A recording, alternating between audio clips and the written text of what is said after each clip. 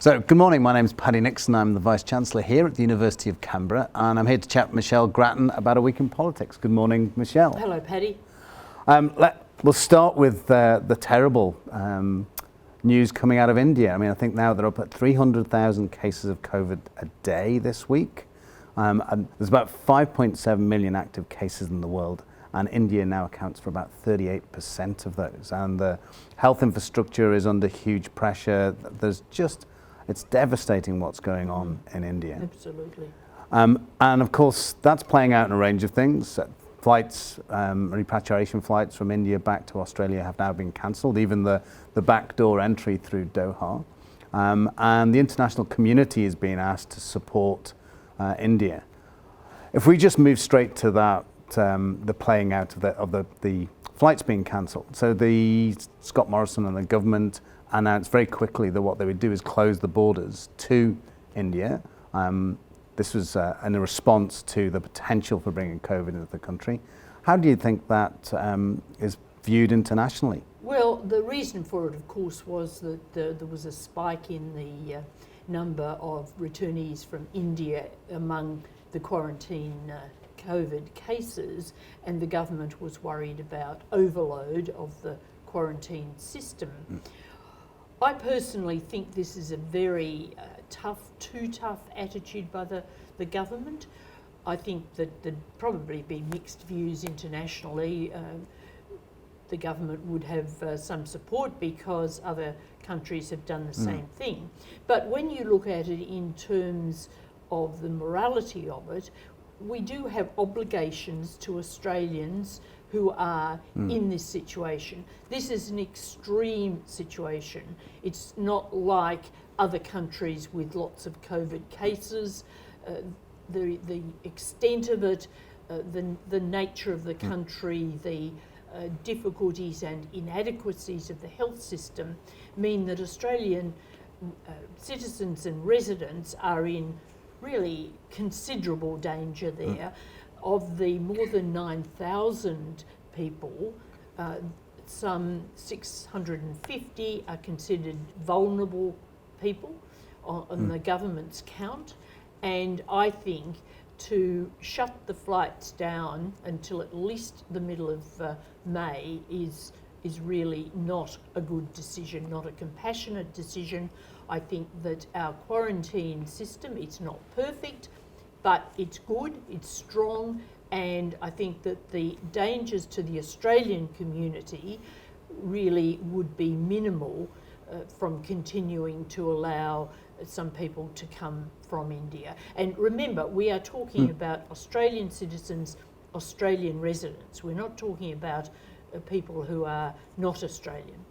So do you think the government is abdicating its responsibility to the citizens in India? I think it is. I think that throughout COVID, the issue has often been how risk-averse leaders want to be. And the federal government has been critical, not always publicly, but certainly privately, of premiers that it believes have been too risk-averse, shutting state borders and so on. I think from the federal government, this is a decision which is too risk-averse. And there's as you mentioned there, the state shutting down. Obviously WA shut down, and Perth in particular, I think, for 3 or 4 days last week in response to one case, I think it was. That's perhaps has been viewed nationally as being over the top. Well, critics would certainly say it went too far. I think there's an argument about that, because on the other side you can say, well, if you have a quick lockdown, then you stop the potential for worse things to happen, but it has economic consequences, and it was certainly a controversial decision. And one of the things that the government is saying is, well, at least we're providing medical support to India. Do you think that's sufficient? I don't think that goes to the point about trying to protect Australian citizens. I think that it's a separate issue. Of course we should be providing medical support, and we should be providing as much of it as we can muster. So then on ANZAC Day, the head of the Home Affairs Department, Mike Pezzullo, talked about the drums of war. Now, he's known as being a bit hawkish in respect of China.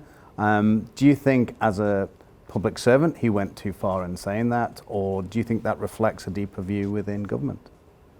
I think it certainly reflects a deeper view within government, but that doesn't mean that government would want him to say that, because, of course, it can be seen as a quite provocative statement.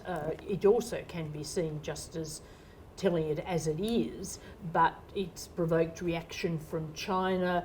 Australia has to walk a very difficult line on China. It's got to state its own position and values and stand up for the national interest, but it's also desirably got to avoid provoking China unnecessarily. So I think within government there's a feeling that Mike Pezzullo, as a public servant, went too far, and that sometimes it's better to leave these things unsaid, or at least let the politicians say them. Yeah, and then later on in the week, of course, Mike Pezzullo sort of took a little bit of a step back, didn't say it was taken out of context. He also suggested that what he was doing was really sort of suggesting that it was a bit disappointing and that peace was really what everybody was after. So was that him trying to sort of row back a little bit?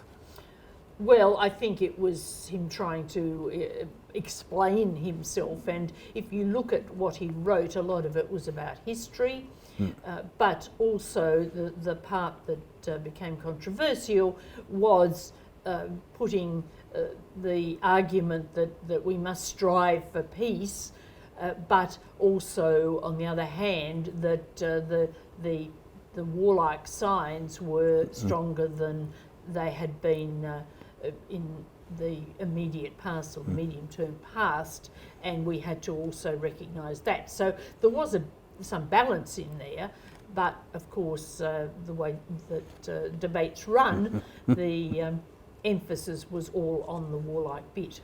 Yeah, and even just simple turns of phrase like drums of war evokes emotions that people really jump to.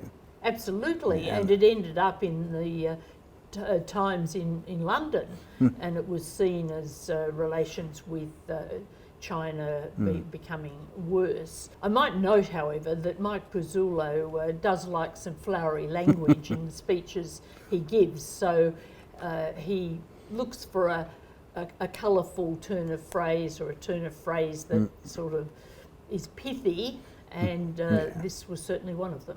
So this week, Treasurer Josh Frydenberg started to outline the broad agenda for his budget to come in about a week and a half's time. He made it very clear that unemployment was one of the things that was high on his list, and he wanted to make sure, or indicated he wanted to get unemployment down below 5%. And he also made it clear that there wasn't going to be any sharp turns back to austerity measures. What else do you think he's pushing in relation to this budget?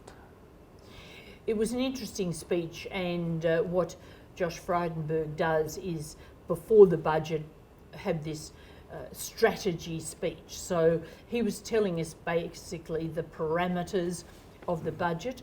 This commitment to push unemployment below 5%, below what it was pre-pandemic, is significant because it does follow the Reserve Bank saying that the aim should be to get unemployment down to about 4.5%.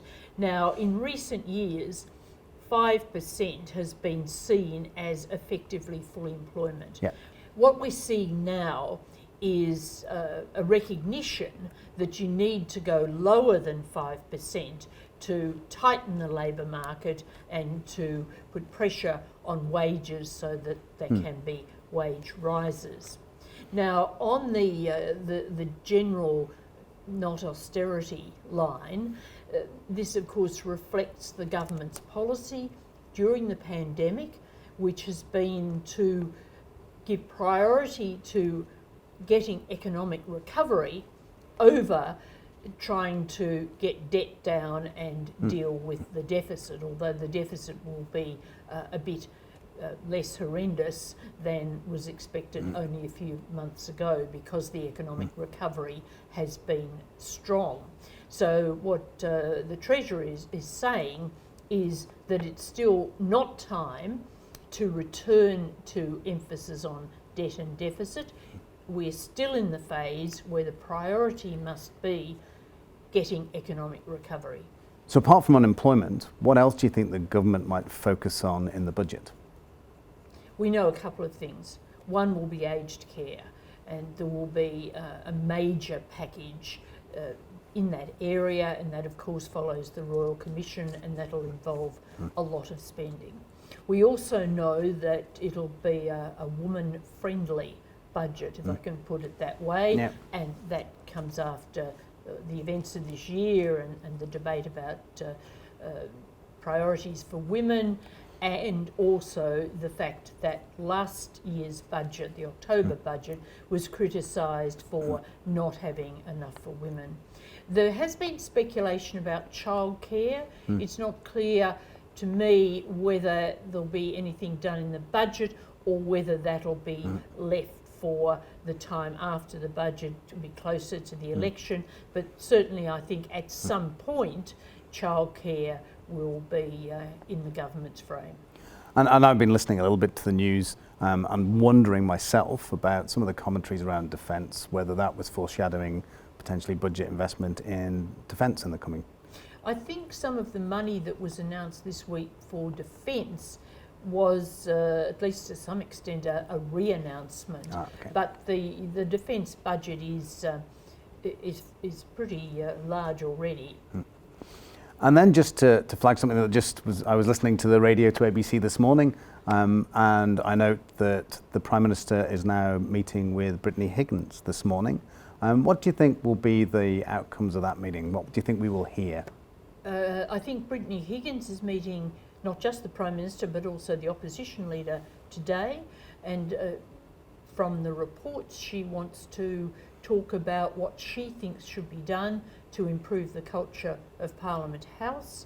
Now, of course, that issue is before the Sex Discrimination Commissioner, Kate Jenkins, and I think that Kate Jenkins has an interim report before a full report later on. So I would expect that there'll be quite a lot of talk about what goes on in Parliament House and what you do about it. Well, I suspect that's one that we'll probably come back to next week and see how that's played out, but I'll be watching that with some interest. Yes, indeed. So look, thank you very much, Michelle. Fascinating as always, and I look forward to speaking with you again. Thanks, Paddy.